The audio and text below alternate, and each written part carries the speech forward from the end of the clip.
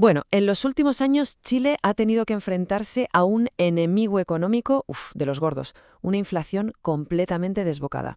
La respuesta del Banco Central fue, digamos que contundente. ¿Pero fue la acertada? Vamos a meternos de lleno en esa cuestión. Para que nos hagamos una idea de la magnitud del problema, solo hace falta mirar un número. En septiembre de 2022, la inflación en Chile llegó a un pico que asusta, del 14,1%. Ojo que es un dato que no se veía en décadas. Y claro, esto ponía una presión brutal sobre la economía, pero sobre todo sobre el bolsillo de la gente de a pie. Y claro, ante esta situación, el Banco Central de Chile hizo lo que se suele hacer en estos casos, echar el freno de mano, pero a lo bestia. Subió los tipos de interés hasta un máximo del 11,25%, una medida de choque en toda regla para enfriar la economía. Así que la gran pregunta que vamos a analizar aquí es, ¿esa medicina, que desde luego fue amarga, era la única solución que había sobre la mesa? A ver, lo primero que tenemos que entender es que esta inflación no venía de un solo sitio, no era tan simple. Fue, como lo define el análisis, un fenómeno híbrido. Vamos, una especie de tormenta perfecta que juntó problemas que venían de fuera con otros que se estaban cociendo dentro del propio país. O sea que el problema tenía como dos caras. Por un lado estaban las causas globales, las que afectaban a todo el mundo, las cadenas de suministro hechas un caos por la pandemia, la subida de los precios de las materias primas, lo típico de esos años. Pero luego en Chile había amplificadores locales. ¿Qué quiere decir esto? Pues que hubo una fuga de capitales masiva que disparó el precio del dólar y a la vez una demanda interna muy fuerte que venía impulsada por ayudas del gobierno y por los famosos retiros de los fondos de pensiones. Entonces, ante este panorama tan complejo, ¿qué hizo el Banco Central? Pues básicamente seguir el manual de la economía ortodoxa, al pie de la letra. Decidió dar lo que ellos mismos bautizaron como una respuesta contundente, para, en teoría, atajar el problema de raíz, o bueno, al menos la parte del problema que ellos pensaban que podían controlar. Y esta cita, que es de su propio informe, lo deja clarísimo. Su justificación oficial era de hierro. Tenían un mandato legal, una misión muy clara, volver a llevar la inflación a la meta del 3%. Y para ellos, todo lo demás, el empleo, el crecimiento, todo era secundario frente a ese objetivo.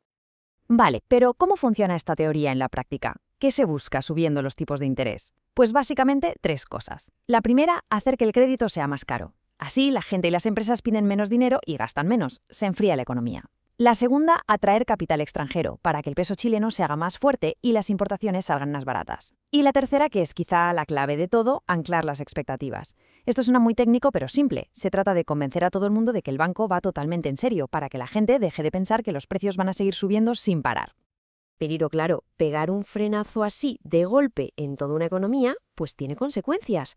Y no son pequeñas. Esta medicina tan fuerte tuvo unos efectos secundarios muy, muy serios, sobre todo para los más vulnerables. Vamos a ver los datos, que hablan por sí solos.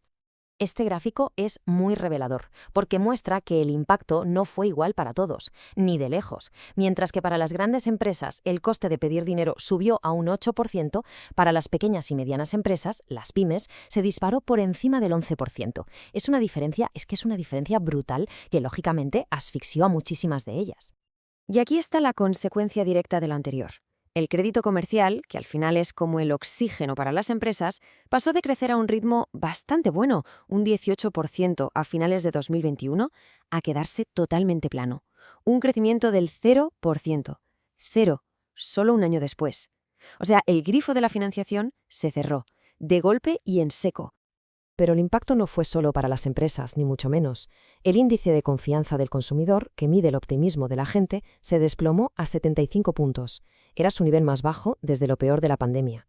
Esto lo que refleja es un pesimismo tremendo en los hogares sobre qué iba a pasar con su economía.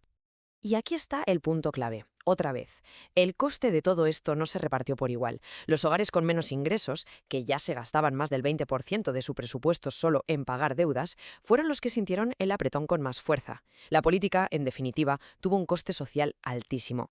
Claro, todo esto nos lleva a una pregunta mucho más de fondo. ¿Fue esta una decisión puramente técnica, científica, como la defiende el banco, o en realidad estaba guiada por una ideología económica muy concreta, una que pone por delante unas cosas y deja otras atrás?